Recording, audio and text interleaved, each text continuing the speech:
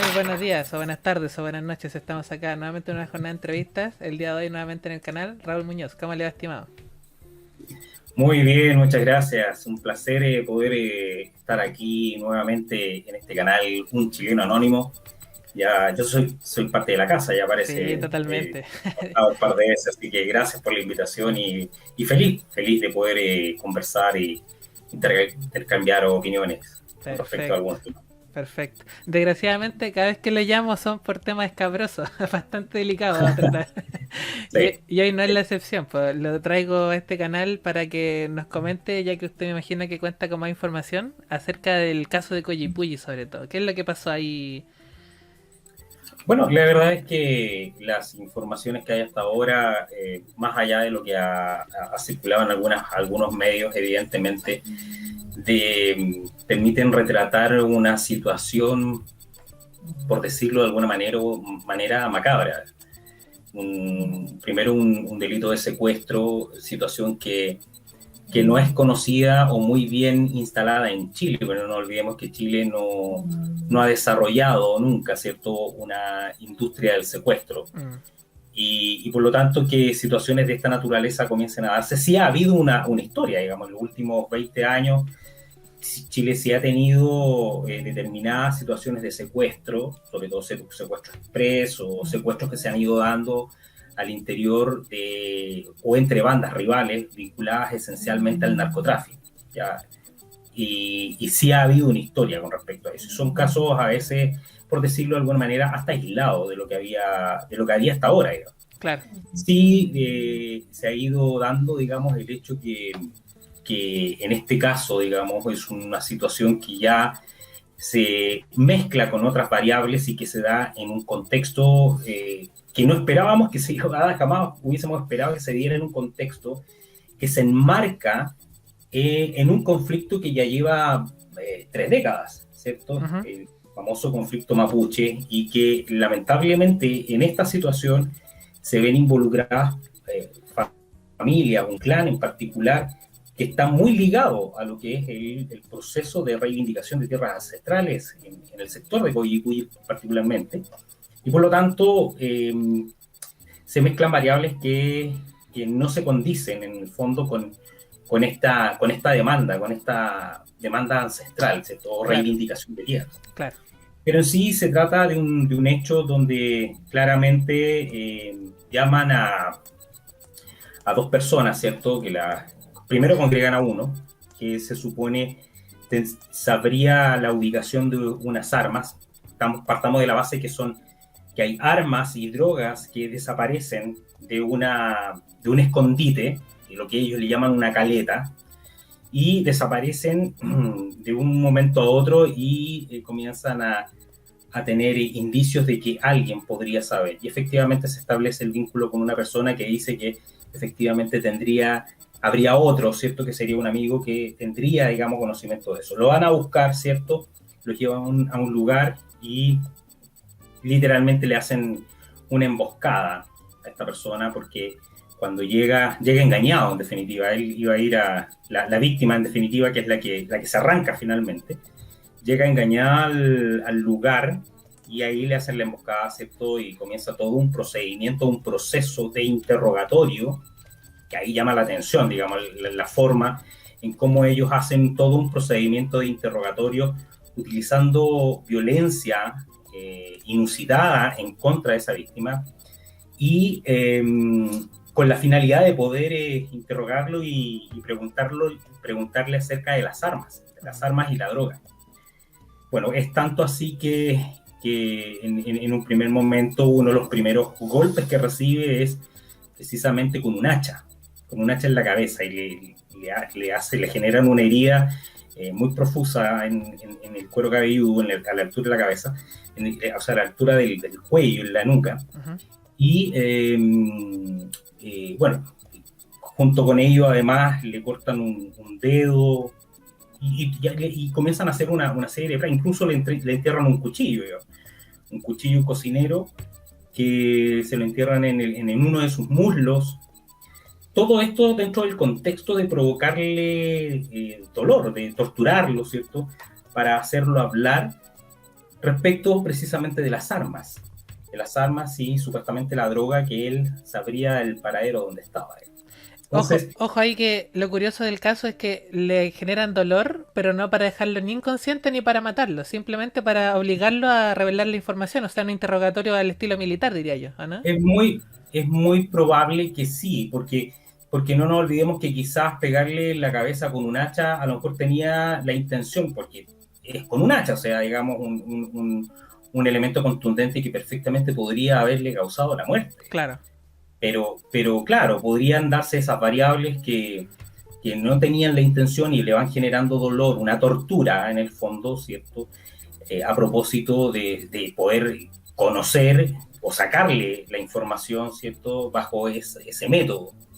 Ahora, esto evidentemente llama profundamente la atención porque este concepto de violencia asociada a lo que es el narcotráfico es, eh, es conocido, ¿cierto?, en los principales carteles, Mm. en México sobre todo. Hay un estudio que salió en el año 2000, 2019, 2020, sale un estudio de la Universidad de San Diego donde levantan una información precisamente entrevistando, hacen un trabajo de investigación donde entrevistan a varios narcotraficantes o ex narcotraficantes y comienzan a preguntarles, ¿cierto? A entrevistarlos respecto de cómo ven ellos la violencia que se ejerce en el mundo del narcotráfico precisamente para conseguir ciertos fines.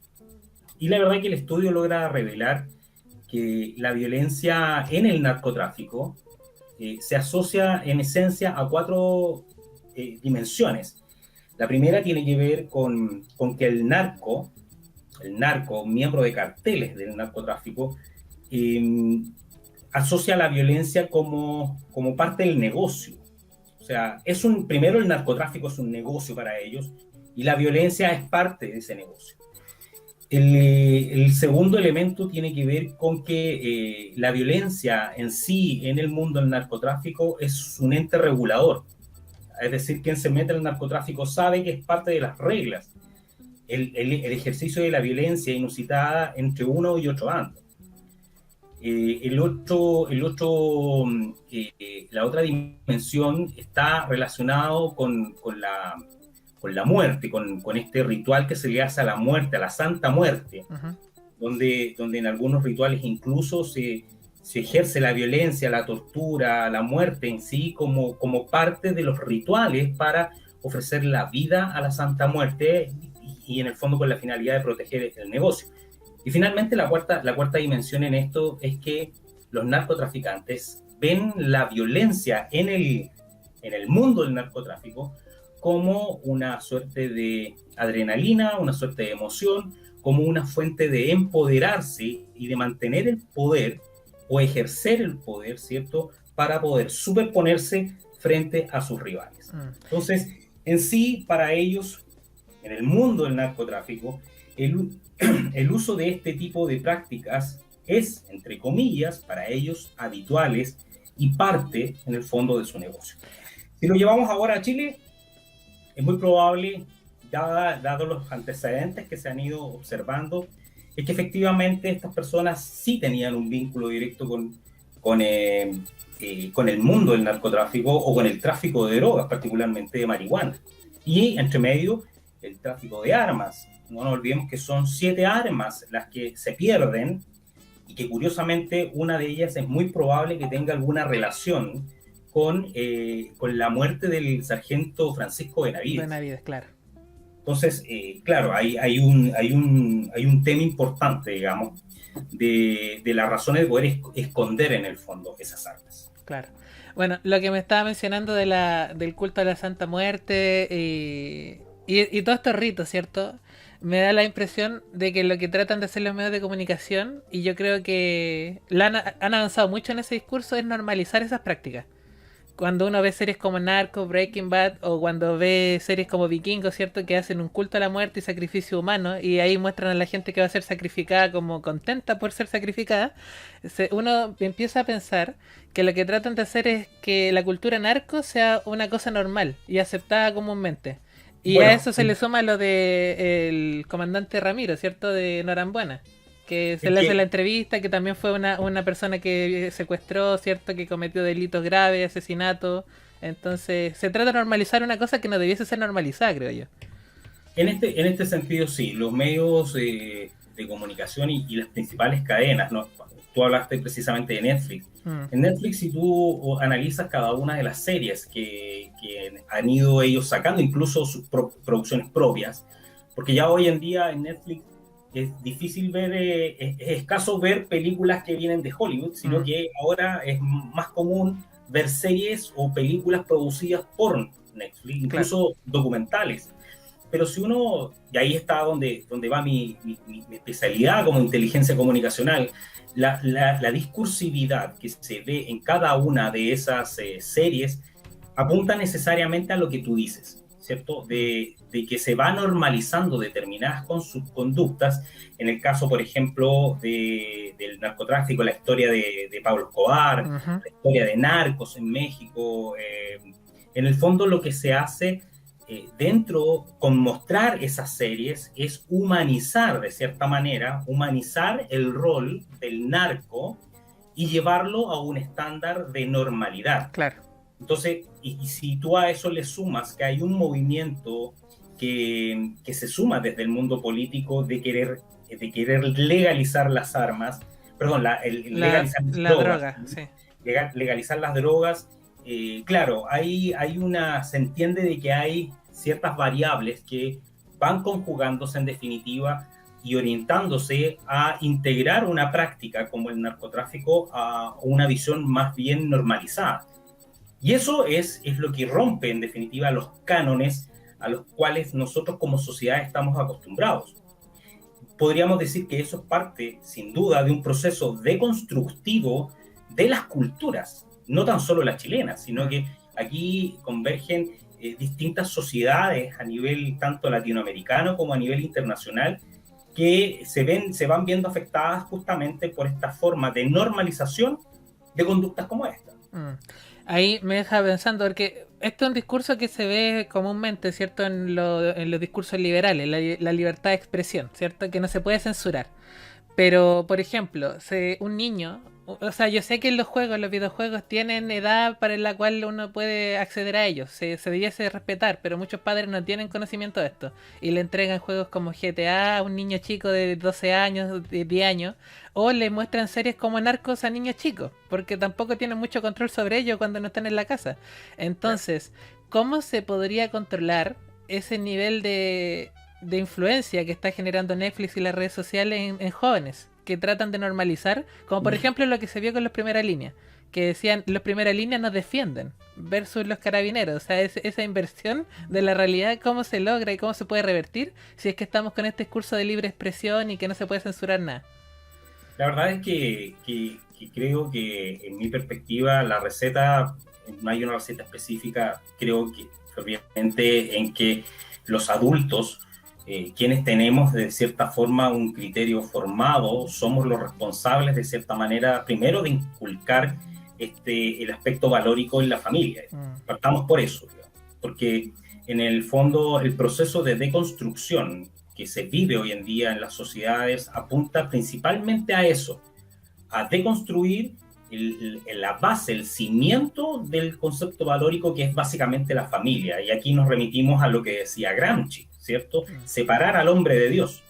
Cuando Gramsci dice separar al hombre de Dios, lo que está diciendo en el fondo es que hay que derribar, en el fondo, esos cánones tradicionales de los valores y crear nuevos valores. Los procesos de deconstrucción buscan eso, o el proceso de construcción en sí busca eso, transformar, deconstruir, destruir, sustituir, ¿cierto? Lo que considerábamos como normal, ¿cierto? Y invertir en el fondo esta categoría de valores en las distintas culturas. Por lo tanto, claro, la receta va necesariamente y apunta a que sean los mismos padres que de una u otra manera tengan que regular ese tipo de contenidos. Yo te aseguro que muchas personas a lo mejor no han visto eso, digamos, no lo han visto desde esa perspectiva lo que ofrece Netflix, mm, que es muy entretenido, digamos. A mí, la verdad que a mí me entretiene ujú, ver Netflix, pero porque yo tengo una visión ya de cómo abordar Ujú. determinadas series, y a mí me sirve evidentemente y lo analizo desde el punto de vista profesional. Claro, porque Pero, está pero vacunado, claramente, está vacunado. pero claramente el contenido para quien no tenga ese nivel de conocimiento, claro, el contenido que se ofrece genera cierta inducción Mm, en determinados mensajes que se transmiten precisamente a través de esas series. claro, claro. Bueno, acá usted decía lo de la responsabilidad de los padres, pero ¿qué pasa si los padres ya están deconstruidos? También es que nos encontramos con eso, fundamentalmente que hay hoy en día adultos jóvenes que Mm, ya están deconstruidos, y los que son más adultos, más que estar deconstruidos, ya vienen con un pensamiento arraigado a una ideología en particular. Y claro, son parte también de un proceso de deconstrucción, o han ido validando con el tiempo ciertos cambios categoriales de la cultura. claro. Claro. Bueno, otra de las cosas que mencionó era la influencia de conductas de narcotraficantes mexicanos. Igual es curioso porque se ha visto, por ejemplo, la presencia de discursos zapatistas en escuelas primarias ya de primero básico, o no me acuerdo de qué curso era, pero había una profesora que había sido denunciada y al final fue protegida por el colegio de profesores. Bueno, dentro de todo lo que es el conflicto en sí, de este conflicto indigenista, este conflicto mapuche en el sur, sin duda que hay una injerencia extranjera y hay referentes internacionales. Entre ellos está precisamente adentrado ya hace mucho, la CAM cuando parte con esto, Mm, viene cuando se crea en los años 90, incluso Aucán Wilcamán, cuando sale, ¿cierto?, con el tema del Consejo de todas las Tierras y sale con la nueva bandera, ahí ya viene ya un mensaje instalado del movimiento zapatista de liberación nacional de México. exacto, O sea, hay una presencia ideológica fuerte en el conflicto, claro. que con los años se ha ido mezclando, además, con elementos relacionados con la criminalidad, y particularmente el tráfico de drogas, porque aquí no podemos desconocer, por ejemplo, que grupos como la CAM tuvieron parte de sus integrantes que fueron a entrenarse directamente a las FARC y tuvieron entrenamiento. De hecho, son 6 o 7 personas que van precisamente a los campos de entrenamiento de las FARC a recibir entrenamiento guerrillero. Claro. Y si uno analiza las tácticas que se han ido dando en los distintos atentados, los ataques, incluso a carabineros, el mismo ataque que pasó el otro día En al arcilla. sargento de la plaza en Ercilla, Mm, digamos, obedece a una táctica colombiana, o sea, de la guerrilla colombiana. Es una táctica foránea que no deja, digamos, de preocuparnos, porque efectivamente el conflicto ha ido teniendo esa escalada y ese conocimiento más técnico que proviene, como les digo, de áreas foráneas, sí, y además sumándole, digamos, los elementos subversivos propios de nuestra cultura, los mismos descolgados del MIR, del Frente, del Lautaro, que están y han estado directamente vinculados a este tipo de insurrección. claro. Y lo peor de todo, y siguiendo con el asunto del discurso, por ejemplo, tenemos a Castillo en Perú, que estaba muy relacionado con Sendero Luminoso, se notó esa relación, ¿cierto?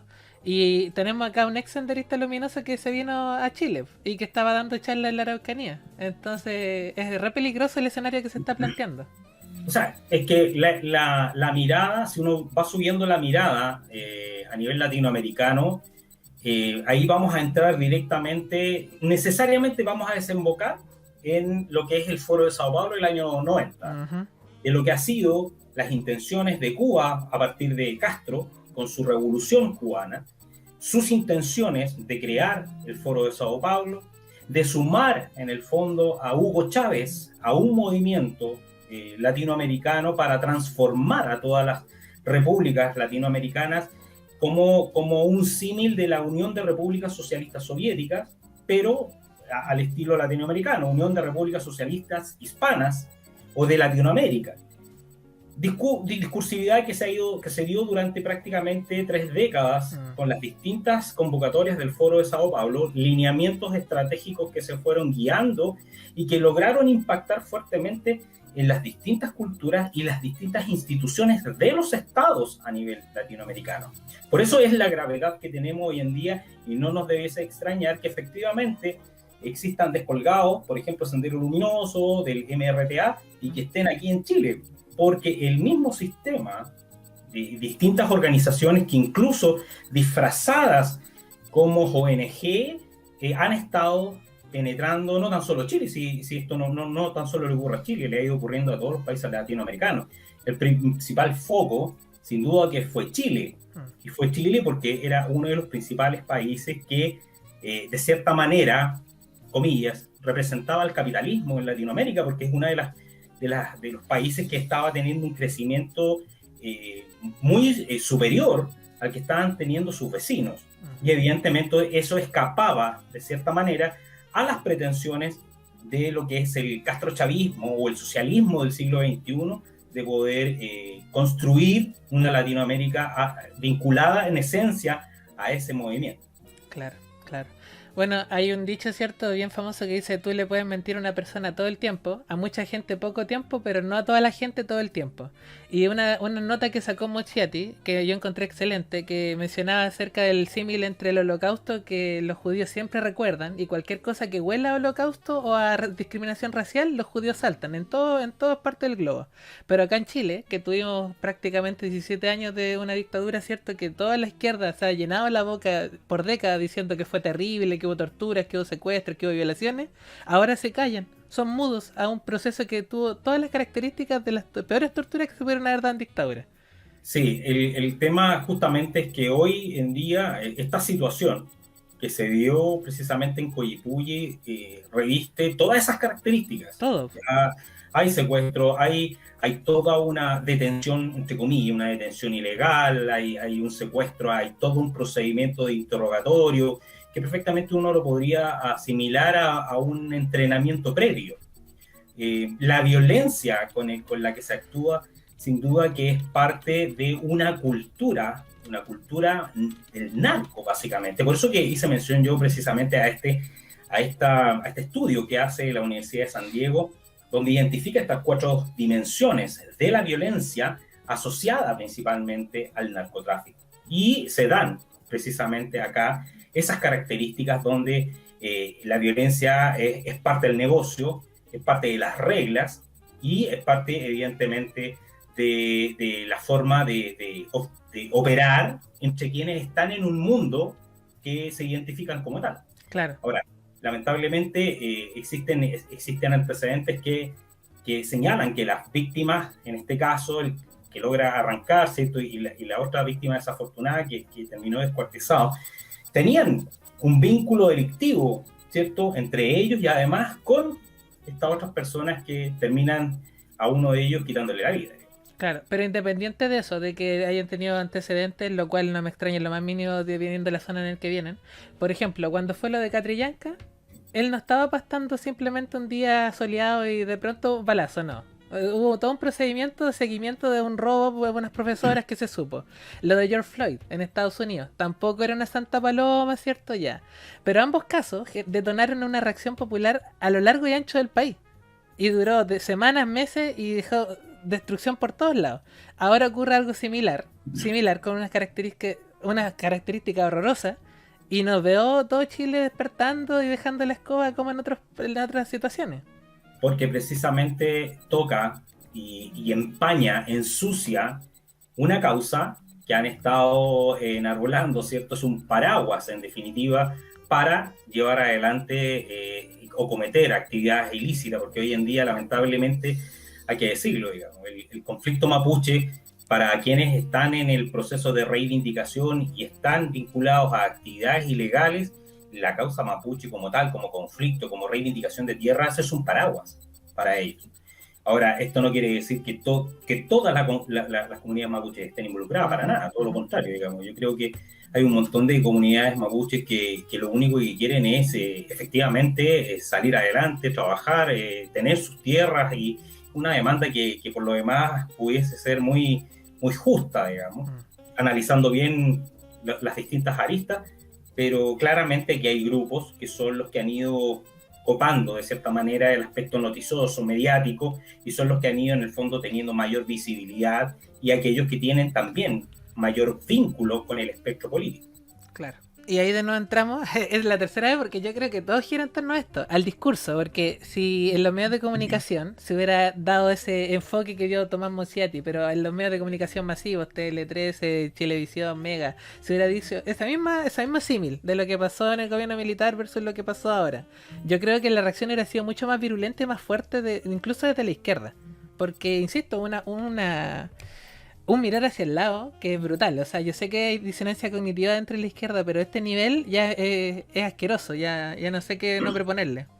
O sea, yo soy un convencido, digamos, y por todos los estudios que he podido hacer con relación al ámbito comunicacional, soy un convencido que básicamente nosotros hemos tenido durante 30 años un fusil en la cabeza, que en el fondo es una discursividad.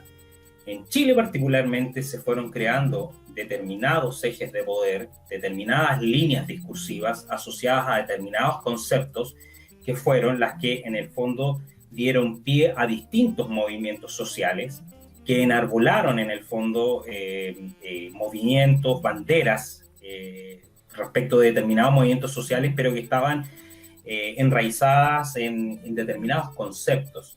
Y esos conceptos eran clave, en el fondo, para ir generando un proceso de construcción y de ir cambiando la perspectiva o la percepción de la realidad en términos de lo que pudiese ser o lo que pudiese llamarse como el sentido común, la razón y la lógica. Entonces, claro, hay toda una planificación, una ideación muy bien llevada desde la estrategia. No me cabe duda que aquí hay filósofos contemporáneos que están detrás de todo esto, ideólogos contemporáneos que lo han hecho muy bien, han llevado adelante precisamente todo un proceso de constructivo que nos ha llevado a esto, que ha desencadenado en esto.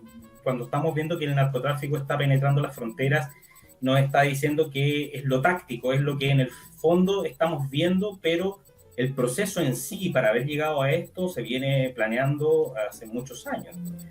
No nos olvidemos una cosa, yo siempre lo digo, no nos olvidemos que ya en el año, por ejemplo, en el año 2002, el Ministerio de Defensa, en aquel entonces, hacía mención a que las próximas amenazas del mundo y particularmente del continente americano iban a ser tres.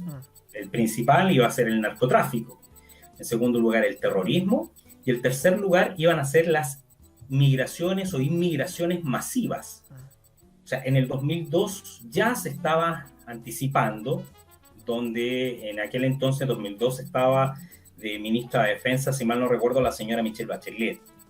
Y curiosamente, en el 2002, Chile se adscribe al pacto de Ottawa, que era comprometerse a retirar las minas antipersonales de las fronteras. Y hoy en día tenemos fronteras que están débiles, en términos de que las minas antipersonales funcionaban como una forma de protección de un país que históricamente ha tenido conflictos con sus tres vecinos. Y las minas antipersonales en aquel entonces funcionaban, digamos, como un efecto disuasivo, pero ya con este proceso nuestras fronteras quedaron vulnerables, y es así como nosotros en enero tuvimos, por ejemplo, la gran entrada de extranjeros promovida por organismos internacionales que avalaban, ¿cierto?, esta avalancha de inmigrantes ilegales hacia Chile. Claro, mientras nosotros los chilenos encerramos nuestras casas sin poder salir más de 2 veces al día. Es que, por eso, se van dando situaciones que nos van llevando hacia un estado en particular. Y el estado en particular, que es lo que yo veo, ¿cierto?, es que se pretende instalar finalmente el castrochavismo en Latinoamérica. Y no es más que eso. Y cuando hablamos de castrochavismo, necesariamente vamos a llegar a lo que es la esencia del marxismo. Fidel Castro era uno de los líderes que idolatraba a Antonio Gramsci y leía y conocía perfectamente todos los postulados de Antonio Gramsci. Y Antonio Gramsci, recordemos que es quien de cierta manera va en contra, de cierta forma, de los postulados originales del marxismo clásico, de Karl Marx. Y al final Gramsci dice, no, o sea, aquí no podemos pretender llevar el marxismo en las sociedades con las armas porque se va a perder. Aquí hay que impactar la cultura y ganar la hegemonía cultural. Eso es lo que dice Gramsci. Claro. Y bueno, lo que hace Fidel Castro a partir de la caída del muro de Berlín es precisamente eso. Es crear el Foro de Sao Paulo, concentrar a todas las fuerzas izquierdas, incluso estaba las Fuerzas Armadas Revolucionarias de Colombia, estaba el Ejército de Liberación Nacional de Colombia y varios grupos de Nicaragua, etcétera, de Centroamérica, y partidos radicales de izquierda que comienzan a sumarse a esta iniciativa de instalar el socialismo del siglo XXI, y por lo tanto hay una planificación estratégica prácticamente de 20 o 30 años, y es la consecuencia de lo que estamos viviendo hoy en día en nuestra sociedad. Claro, pero ahora por eso también se nota tanto la desesperación y el enojo cuando aparecen medidas realmente espontáneas como esta apoyatón que hicieron a Carabineros. A los medios de comunicación les dolió bastante que, a pesar de toda la contrapropaganda que han hecho, juntaran tanto dinero y tuvieran tanto apoyo en la ciudadanía.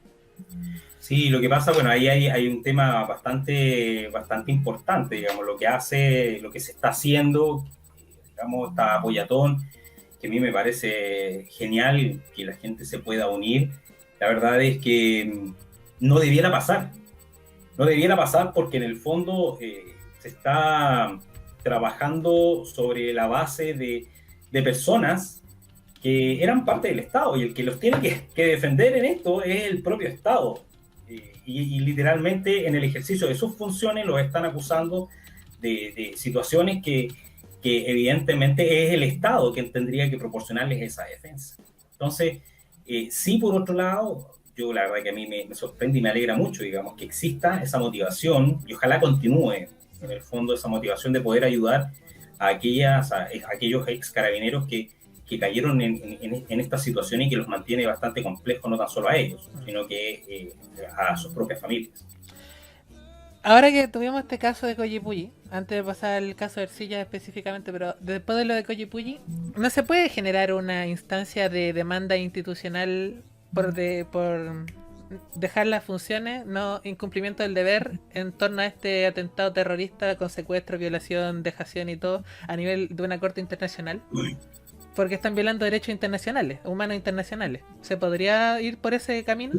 Es que la verdad es que si nos vamos a la definición de los derechos humanos concebidos a nivel internacional, nos guste o no, y podemos tener estar quizás en desacuerdo con esa postura, pero a nivel internacional la violación de derechos humanos solamente la cometen los agentes del Estado. Que para mí, desde mi perspectiva, creo que es un error, porque en el fondo todo el concepto de derechos humanos ha sido manipulado de tal manera que solamente sirve para las pretensiones de una izquierda a nivel internacional y particularmente en Chile. Yo hoy día escuchaba, por ejemplo, al candidato presidencial Daniel Jadwe, por ejemplo, que él hablaba y en una entrevista él hacía mención de que en un posteo de Twitter había alguien que utilizaba la sigla ACAB, que todos sabemos que es lo que significa en inglés, all cop are bastard. Hay un saque en beauty. Pero se ocupó inteligentemente, alguien dijo, vamos a ocupar la misma estrategia para la inversa, y colocó, ¿cierto? Todos los comunistas son algo bastardos, sí, cosas así. Alcapuchas. Entonces, all communists are bastards. Entonces ¿qué pasa? Que, o sea, este caballero Daniel Jadwe, ¿cierto?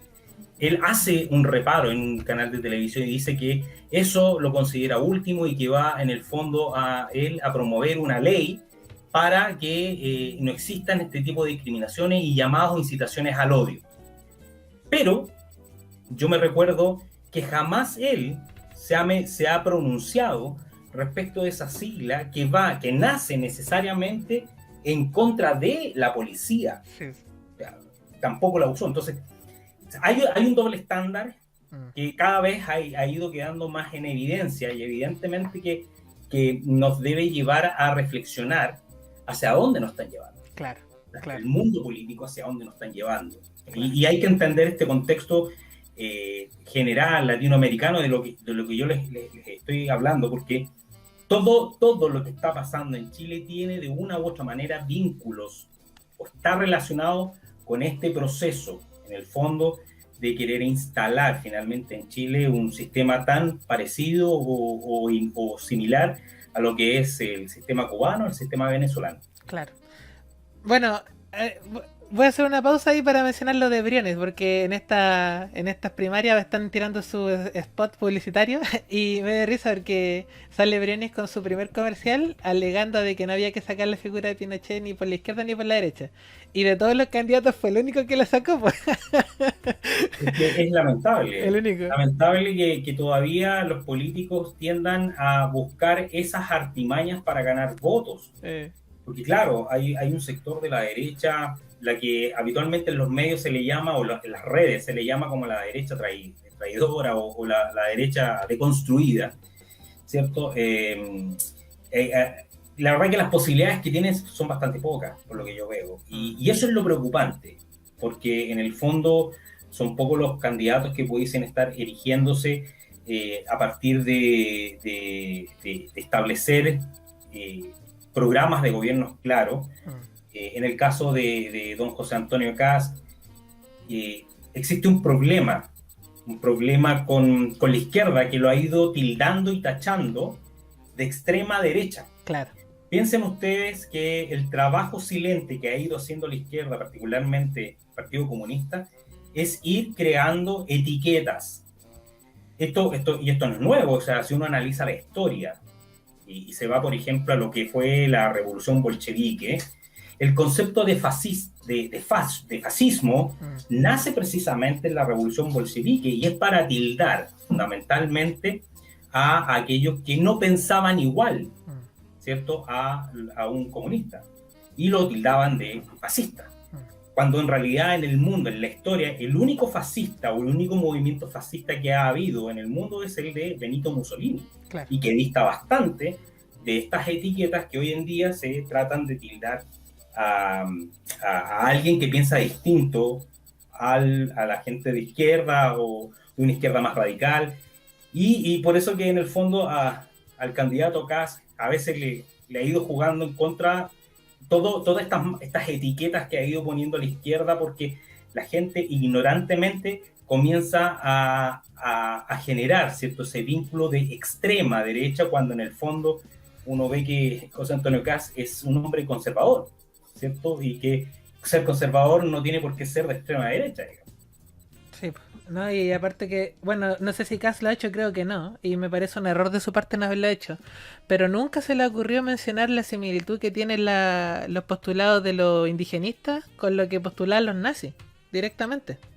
No hay nada más parecido a un nazi en la actualidad que el discurso indigenista. Claro.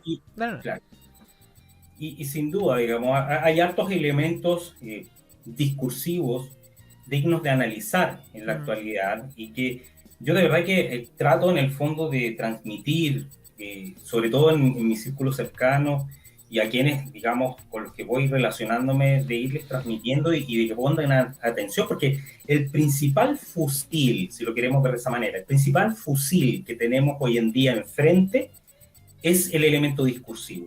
Son las etiquetas, son las palabras ancla que se van generando y que en el fondo van quedando plasmadas en el inconsciente colectivo. Claro, claro. Ahí, bueno, al final el sensor, el termómetro que vamos a tener para ver qué tanto ha calado el discurso, el de sentido común, por así decirlo, que es lo que decimos nosotros, versus el de izquierda radical, se va a ver en las primarias. ¿Cuánta gente va a votar por las primarias de Jadwe y de Boric? Y también cuánta gente va a votar por el Chile Fuimos, porque yo creo que ahí también se va a medir.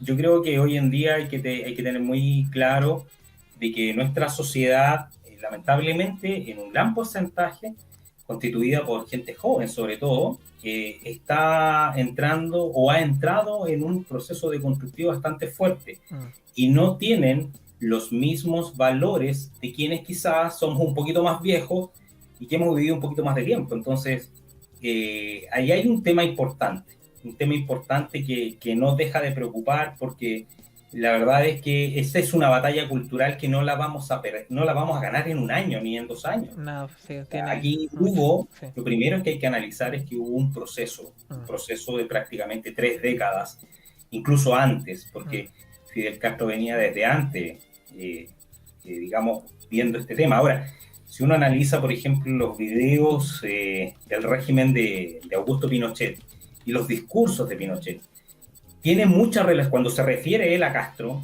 tiene mucho sentido lo que está diciendo, porque yo logro entender, en ese contexto, logro entender que él sabía bastante de cómo, en el fondo, se estaba preparando un proceso que estaba fundamentado en ciertos postulados del neomarxismo.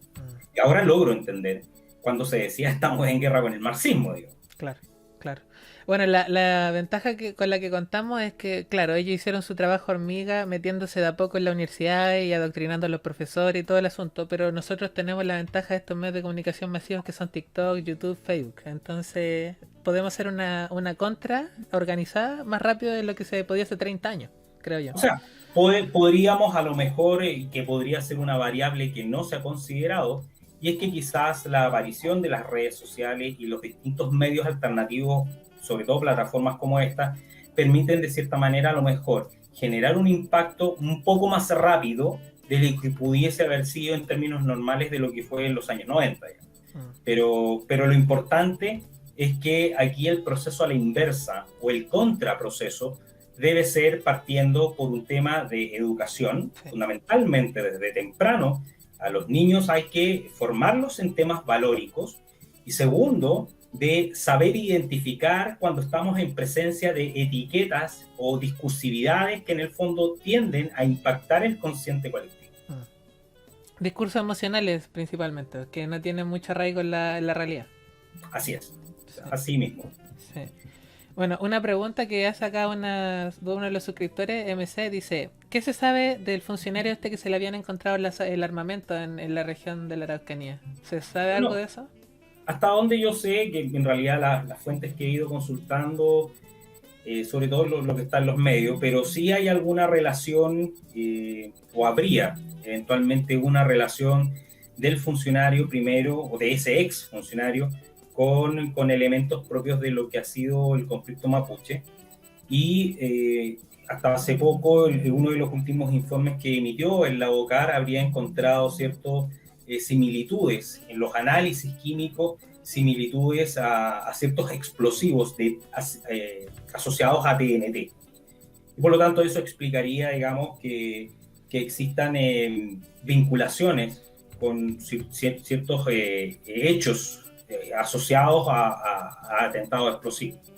Entonces, claro, podría eventualmente haber, no nos olvidemos que en ese caso, cuando le incautaron el armamento en la casa a este señor, había un fusil que tenía unas etiquetas, ¿cierto?, con la estrella mapuche, y algunas pancartas y cosas asociadas principalmente al conflicto. Entonces, evidentemente debe haber ahí algún vínculo que me imagino la Fiscalía debe estar llevando a cabo de manera muy sigilosa junto a la PDI, que es una de las que está llevando adelante también parte de la investigación. Claro, porque la otra vez que lo invité justo comentamos que si se le interroga se le puede sacar información bastante jugosa del conflicto mapuche en esa zona.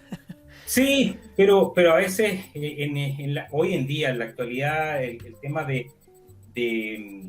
lo que le juega muy en contra hoy en día a la policía y principalmente al Ministerio Público, en el caso de los imputados, es el tema de guardar silencio para no culparse. Entonces, evidentemente que eso favorece que las investigaciones sean orientadas y fundamentadas en elementos indiciarios y en evidencias que sean irrefutables. Claro. Por lo tanto, una investigación bien llevada, que lleva un buen piso de evidencia, así que además el fiscal logra sostener adecuadamente en un juicio, ni siquiera debiera necesitar la confesión o no del propio imputado. Porque no nos olvidemos que la confesión por sí sola en nuestro sistema penal no constituye medio de prueba. ya tiene que ir asociada, cuando hay confesión, tiene que ir asociada necesariamente con otros elementos o con otros medios de prueba para que sea considerada como tal. Claro, claro. Bueno, sobre el carabinero de Ercilla, ¿cierto? Que por fortuna logró salvarse, si no hubiera sido otra persona asesinada. Tengo entendido que se recostó en el asiento y gracias a eso las balas no le dieron Sí, en órganos vitales. Solo por eso sí, se salvó, ¿o no? hasta lo que he podido saber, efectivamente el carabinero hizo una maniobra al interior de su auto donde Eh, logra tirar el vehículo, reclinar el asiento del vehículo claro, y eso y levanta los pies en realidad, seguramente en una posición muy natural de protección. claro. Y cuando levanta los pies recibe los impactos que dicho ese de paso, gran parte de ellos los recibe en las piernas, en las extremidades, Mm, algunos de los cuales le genera fracturas, mm, pero no logran matarlo. mm. Entonces, yo creo que la intención era principalmente cobrar una víctima. Hacía un par de horas antes estaba el tema de Huanchuyán, que estaba en el hospital y que había una orden de detención en su contra y ya la PDI estaba trabajando en su detención. Entonces, podrían ser dos hechos que están directamente relacionados, pero no nos olvidemos además que al día siguiente volvieron a atacar a una patrulla de carabineros en la misma Plaza de Ercilla. Mm. Entonces, y claro, volvemos a que se reactivan acciones de grupos que evidentemente podrían no tener ninguna relación, en este caso, por ejemplo, con los grupos relacionados con Coyipulli. Ahí Perfecto. hay otros grupos que en este caso podrían ser otros grupos los que están directamente vinculados. Claro, pero mi pregunta ya, o sea, lo que yo quería enfocar de todo esto es que hasta cuándo van a aguantar, creo yo. Esa es la pregunta, hasta cuándo van a aguantar, porque tú estás colocando a personas vivas, ¿cierto? A civiles que están uniformados en este caso, a hacer tiro al blanco. Literalmente son tiros blancos, o sea, no tienen herramientas para proteger su propia vida, chaleco antibalas que no sirven, autos que no están blindados. Por mucho que le metan recursos, que meta recursos Piñera y que se vaya a pasear por la Araucanía, el método que están utilizando para matar a personas una vez que se bajan de los vehículos, ¿cierto? Que ya lo han aplicado 2 veces, hace pensar de que así como están las cosas, mejor retirar a carabineros. ¿Qué van a hacer? ¿Qué van a hacer? Están poniéndose a morir. Bueno, la verdad que, como lo dije al principio, todo esto obedece a una escalada de procesos. Mm, Es un proceso que tiene una finalidad. La finalidad es el copamiento del territorio en general, sin que haya intervención del Estado como tal. Y las intenciones básicamente es generar un Estado dentro de otro Estado. Hacia allá apunta ese proceso. Por eso que se habla de esto de Chile, un Chile plurinacional. mm, En el fondo es generar un territorio en el cual los órganos del Estado como tal no tengan ninguna injerencia. mm. Entonces, pero no quieren en el fondo que no tengan injerencia en actividades que lamentablemente están reñidas con la ley.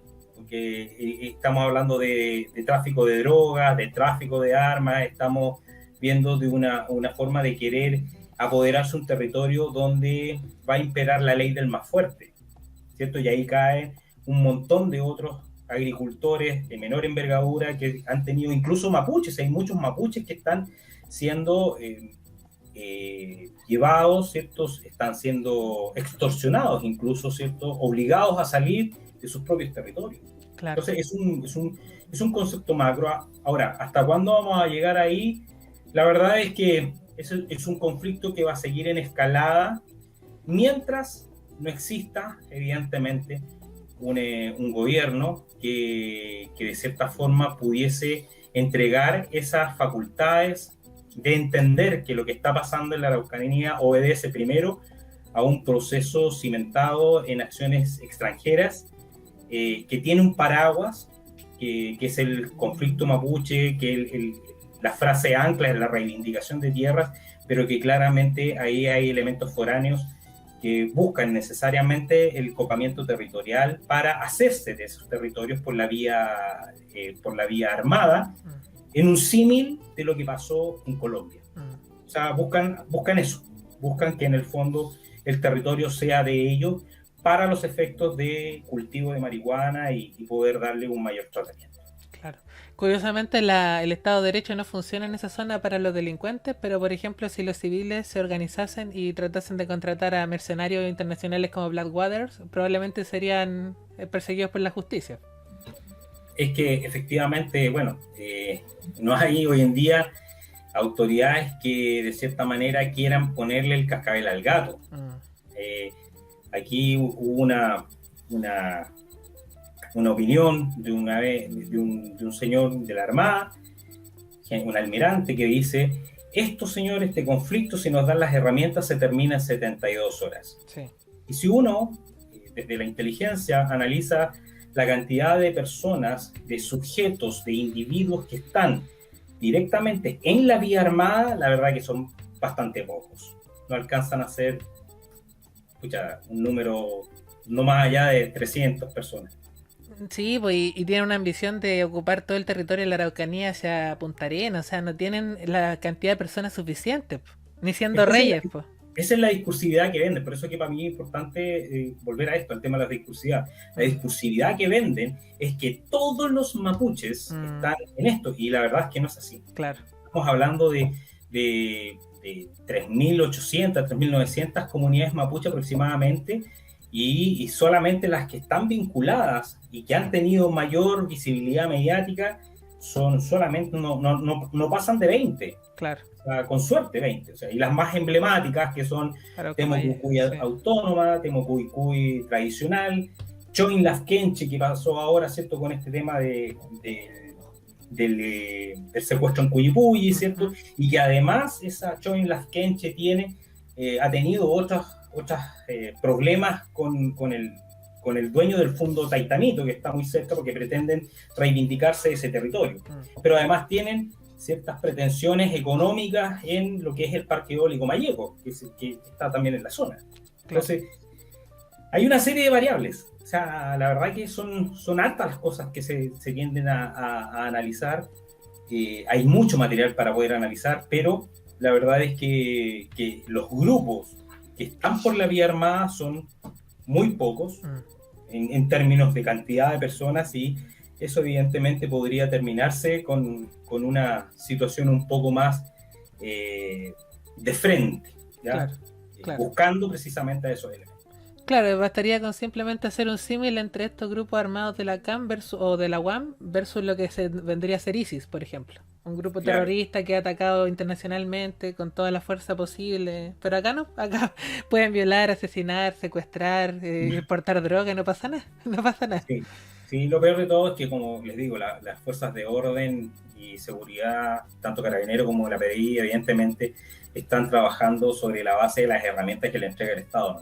Claro. Y a veces esas herramientas incluso han sido coartadas en ciertos sentidos, y evidentemente que no es mucho lo que se puede hacer. Yo creo que están haciendo bastante ahora. Yo creo que tengo bastantes esperanzas en que la parte investigativa de lo que fue el caso Coyipulli va a abrir varias aristas y va a permitir, de cierta forma, generar un buen impacto, ya persiguiendo a personas puntuales que están vinculadas a los hechos de criminalidad, junto con esta querella que puso el gobierno, ¿cierto?, de 59 personas que estaban vinculadas a tráfico de drogas y que son de la Temucuicui y de algunas alrededores.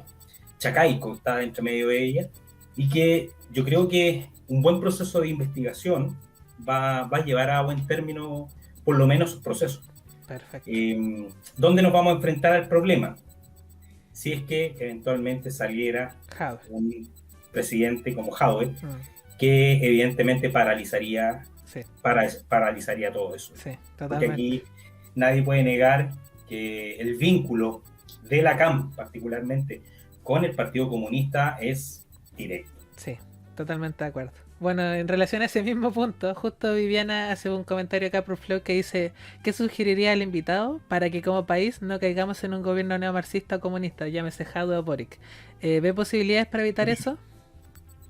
Es que lo ideal es que en la actualidad, viendo toda la discursividad que hay presente, sobre todo en los movimientos, en los distintos movimientos que apoyan tanto lo que es el Frente Amplio, lo que apoyan o que se vinculan con el Partido Comunista, con el socialismo, los distintos movimientos están con una discursividad bastante radical.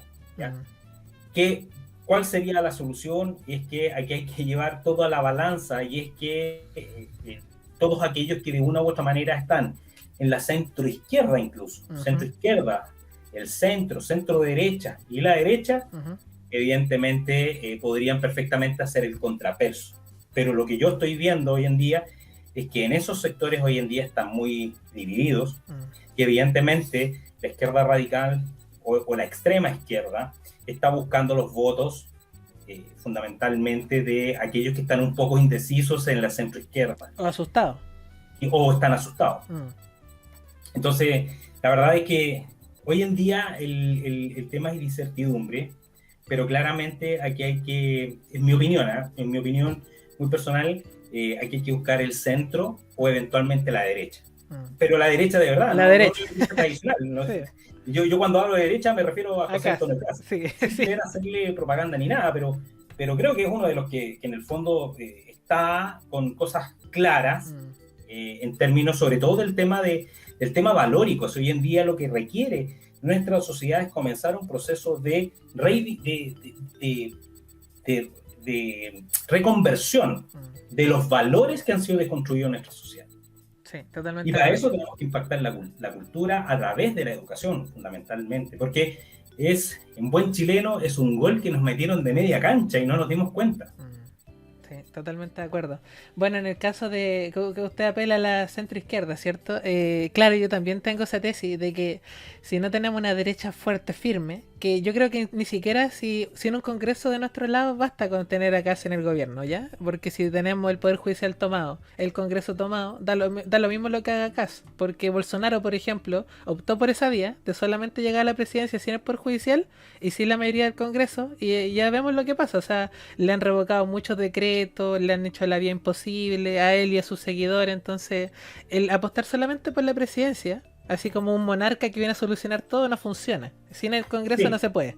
Y en dicho caso, la mejor yo creo que vendría a ser Narváez, más que Proboste, creo yo. En ese caso, porque la izquierda tendría un poquitito más de reparos para atacar a la misma izquierda. Se limitaría un poco más. Mira, cualquiera de esas alternativas que tú me mencionas sería ganar tiempo. Claro. En el fondo. Totalmente. Es precisamente decirle al árbitro, por favor, tiempo. Sí, por favor, sí. Para poder, en el fondo, generar el proceso de reconversión, el contraproceso, sobre todo de reconvertir el tema cultural, que es lo más importante. No es algo que vamos a ver nosotros de aquí a mañana. No. O sea, es el futuro que le estamos construyendo a los hijos, a los nietos en mi caso, o a los bisnietos incluso, porque la verdad es que es un proceso lento.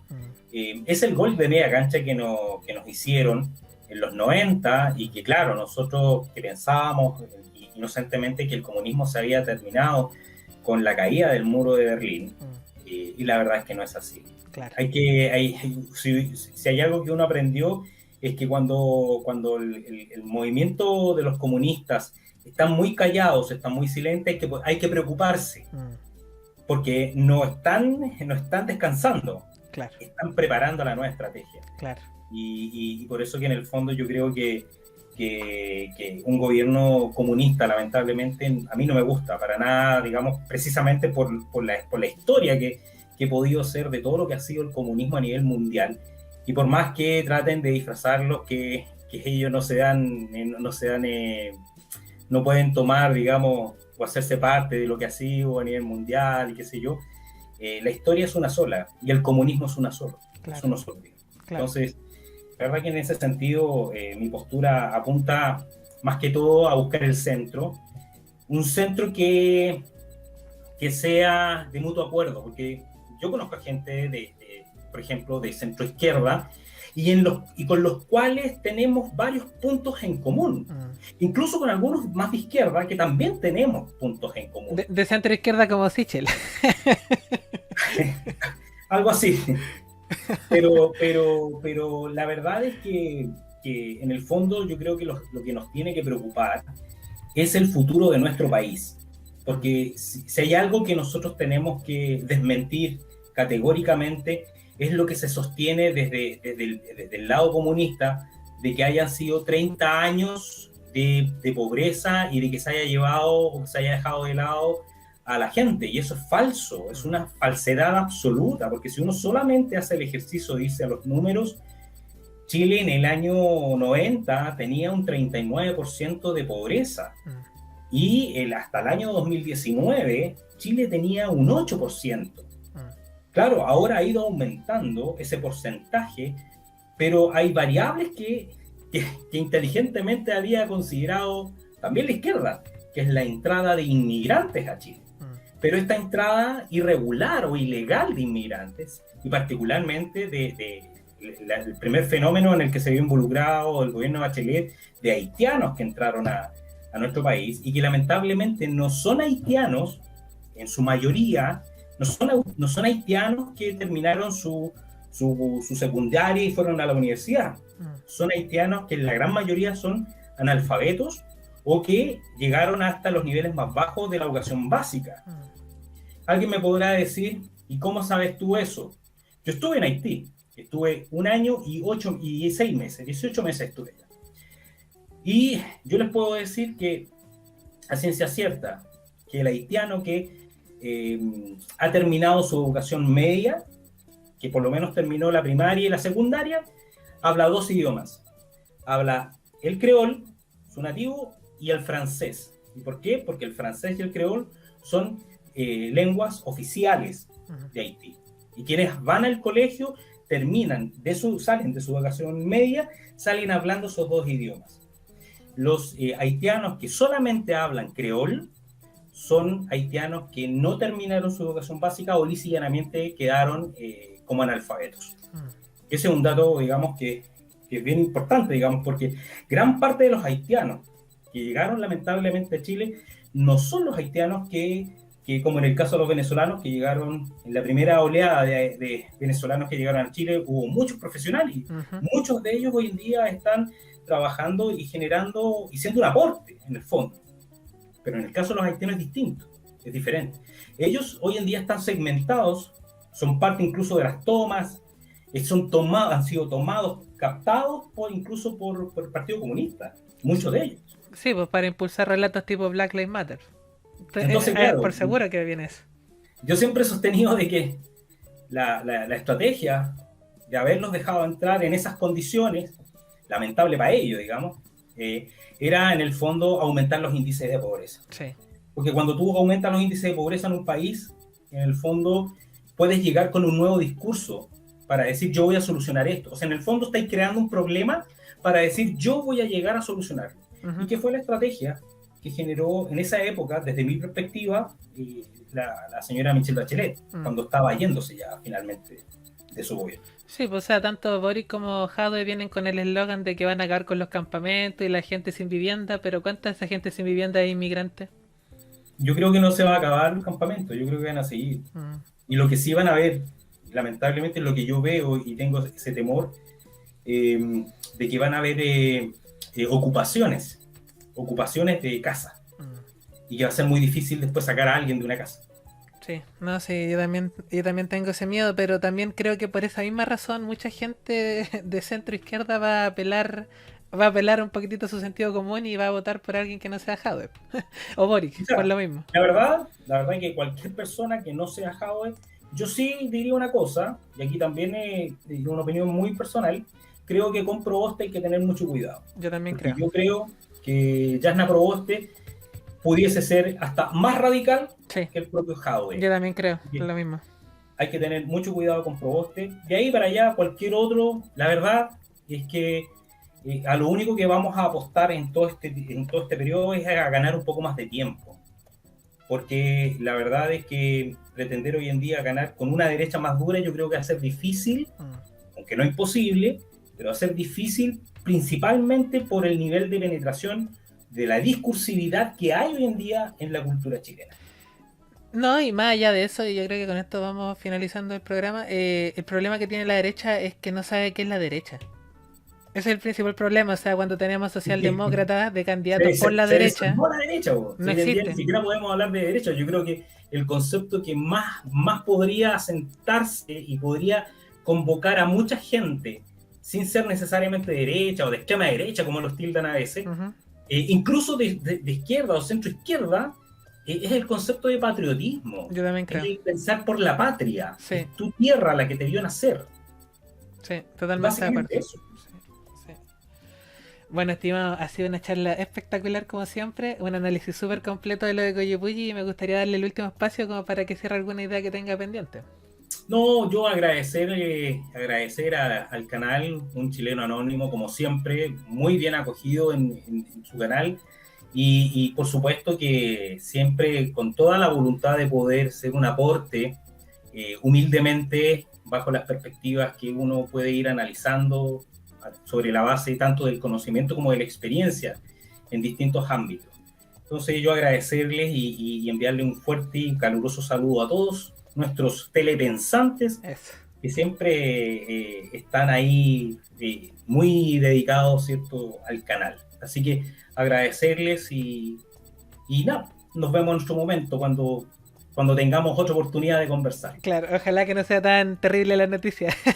En dicho Ojalá. caso. Bueno, estimado, muchas gracias por su participación y muchas gracias a la gente del chat. Espero que el programa les haya gustado y nos vemos la próxima. Cuídense mucho. Chao, chao.